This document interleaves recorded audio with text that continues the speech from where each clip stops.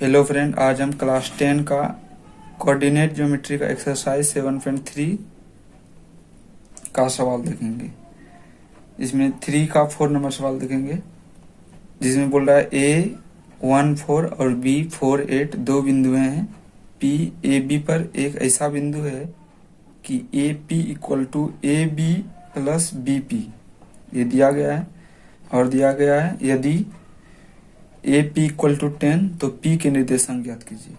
सवाल में क्या बोल रहा है, दो बिंदु है ए और बी, तो दो बिंदु ले लिए, ए और बी बिंदु ले लिए। इसको ए मान लीजिए, इसको बी मान लीजिए। पी ए बी पर एक ऐसा बिंदु है, ए बी एक लाइन है, बोल रहा है पी ए बी पर एक ऐसा बिंदु है, अर्थात पी जो है ए बी पर एक ऐसा बिंदु है कि A P equal to B P plus P B P.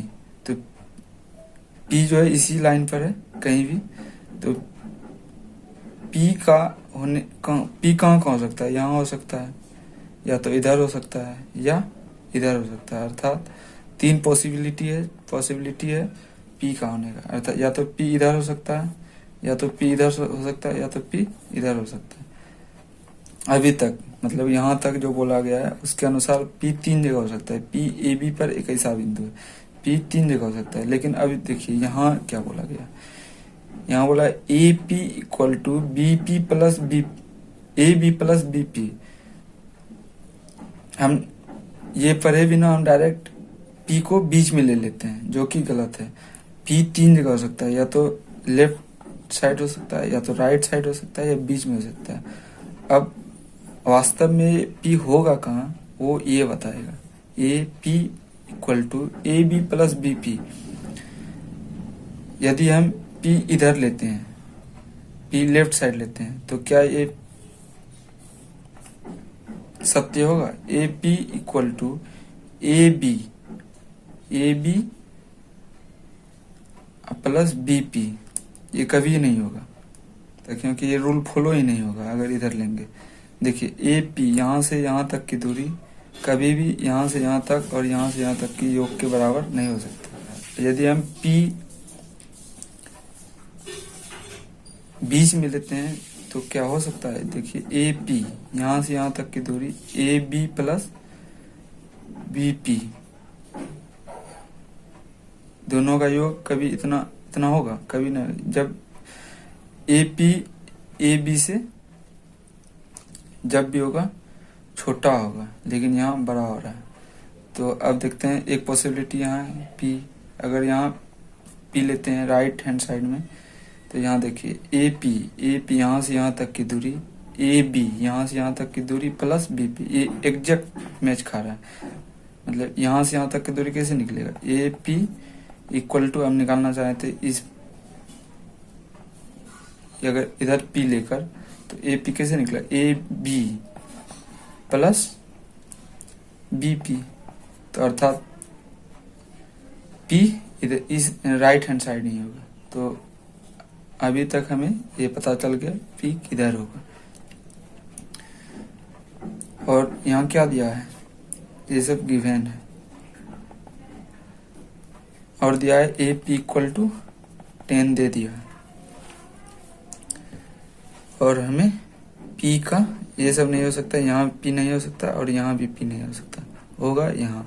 तो अब हमें पी का निर्देशांक पता करना है, तो मान लेते हैं पी का निर्देशांक x और y है, और a का निर्देशांक दिया है a1 और 4, b का निर्देशांक दिया है 4 और 8।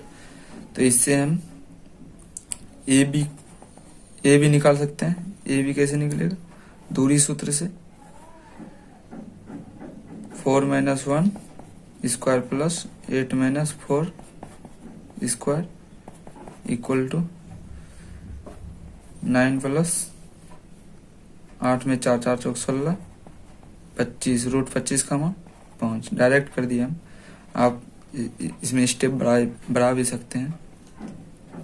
अब ए भी निकल गया और ए पी दिया गया है, ए पी 10 दिया गया है, और हमें निकालना क्या है, पी का निर्देशांक। तो इससे हम ए बी और ए पी, तो बी पी निकाल सकते हैं। बी पी इस जो रिलेशन दिया, इससे निकाल सकते हैं बीपी। तो बीपी इक्वल टू क्या आ जाएगा, A P minus A B. तो ए पी दिया है 10 माइनस 5 इक्वल टू 5। अब देखिए ये पता चल गया 5, और ए बी ए पी कितना है 10, यहाँ से यहाँ तक का 10 है, यहाँ से यहाँ तक का 10 है।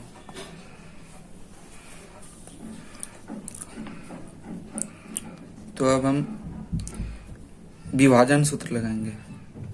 विभाजन सूत्र, P जो है ए बी को अंतर विभाजित कर रहा है या बाय विभाजित कर रहा है, ये देखेंगे। यहाँ स्पष्ट दिख रहा है P जो है ए बी को बाय विभाजित कर रहा है। अच्छा, हम BP क्यों निकाले, जब AP और AB दिया ही था तो BP हम क्यों निकाले, क्योंकि आज इसको बाद में बताएंगे। तो यहाँ पता चल रहा है P जो है AB को बाय विभाजित कर रहा है। तो बाय विभाजन का फॉर्मूला क्या होता है, x equal to m x2 minus n x1 by m minus n। इससे निकल जाएगा m। अब यहाँ पता करना है m और n इसमें क्या क्या है। अब इसी जगह हम आपको बताते हैं कि हम BP क्यों निकाले, AP और AB से भी काम चल सकता था या नहीं। तो देखिए, जब भी हम बाय विभाजन या अंतर विभाजन का फॉर्मूला यूज करते हैं तो m और n जो होता है वो P से दूरी होता है। m जो होता है P m कहाँ तक का दूरी होता है, P से A तक का दूरी, और n जो होता है P से B तक का दूरी। जब भी दूरी लेंगे P से लेंगे, ये नहीं कि A और B कहीं से कहीं तक कहीं से ले लेंगे।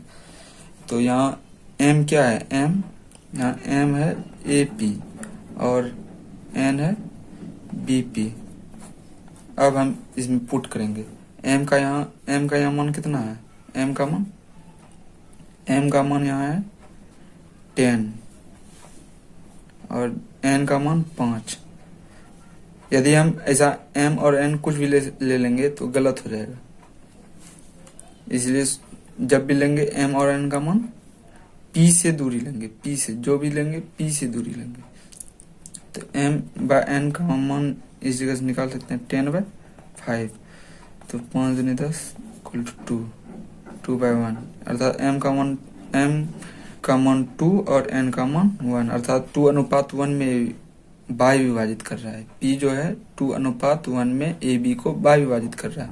तो m का मान क्या हो गया 2x2 यहाँ कौन सा है 4 है, माइनस n यहाँ कितना है 1 गुना x1 कितना है 1 बाय 2 माइनस 1। अब इसको सॉल्व कीजिए, 4 दूने 8 माइनस 1 बाय 1 इक्वल टू 7।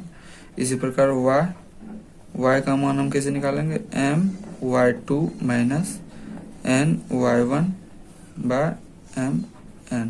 ये बाय विभाजन का फॉर्मूला है x और y।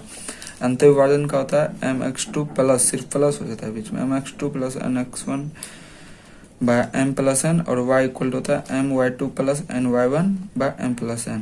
ये बाय विभाजन है, इसी को लिख भी सकते हैं चूंकि P A B को बाय